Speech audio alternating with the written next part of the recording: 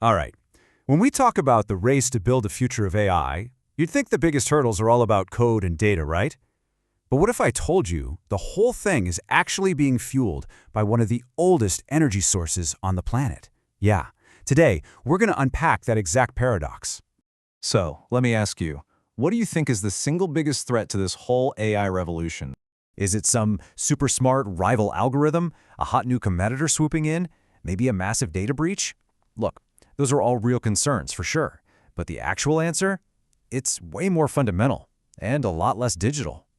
Nope, it's the power cord. Seriously, the single biggest bottleneck threatening to pump the brakes on the AI revolution isn't a lack of brilliant ideas or piles of cash, it's just a simple, massive, non-stop need for electricity.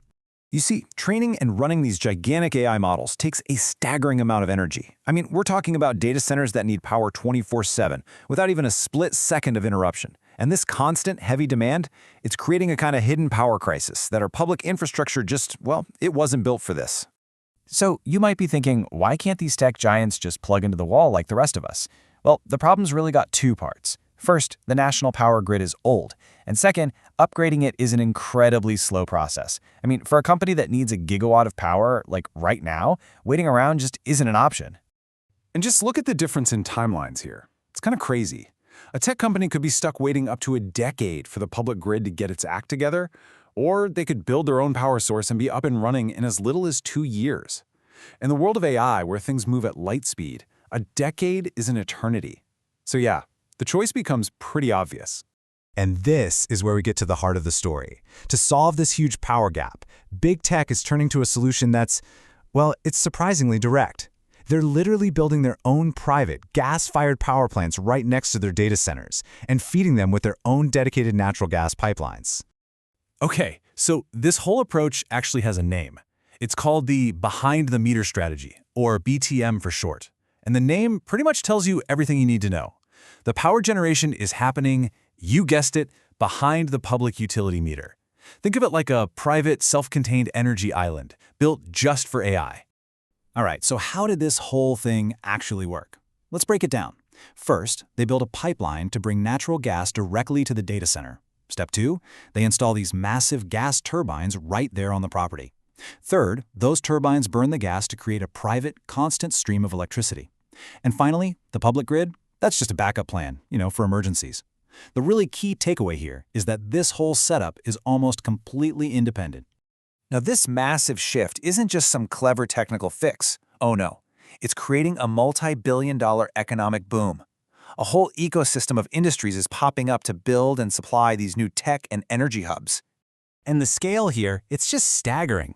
To keep up with all this new demand, U.S. natural gas production is hitting all-time highs. We're talking over 120 billion cubic feet per day. This isn't a coincidence. It's a direct result of AI's incredible thirst for power. And this really shows the new kind of alliance that's forming. You've got the big tech companies obviously demanding all this power. Then you have the midstream companies building the pipelines and storage. You've got the gas producers from places like the Permian Basin and Appalachia supplying the fuel. And of course, the companies that actually manufacture the turbines. It's a whole new industrial ecosystem built from the ground up. And what's really interesting is how this is reshaping the tech map. The new hotspots for the AI industry. They aren't just in Silicon Valley anymore. Nope. They're popping up in states that have tons of natural gas and friendly regulations. So places like Texas, Ohio, and Louisiana are seeing this massive boom, not just in data centers, but in all the energy infrastructure needed to power them. But, and this is a big but, as fast and effective as the solution is, it comes with some serious trade-offs. This is not a perfect fix, not by a long shot. It's a really high-stakes gamble on one specific type of energy infrastructure for decades to come. This really lays it all out, the good and the bad. On the one hand, you get incredible speed to get power online, you get regional economic growth, and you don't strain the public grid, which helps keep electricity prices stable for the rest of us. But on the other hand, there are huge supply chain delays for things like turbines, there are the obvious environmental concerns about burning more fossil fuels, and there's always the risk that a future government could change the rules and mess up the whole plan. And this quote really nails the heart of the risk here.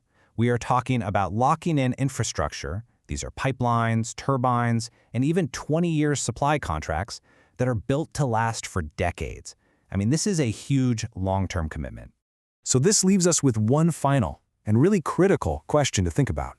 We're building the entire energy foundation for the future of technology based on what's possible today. But what happens to all these multi-billion-dollar projects if a major breakthrough in cleaner, cheaper energy arrives tomorrow or next year? And that, right there, is the paradox at the very heart of this AI power boom.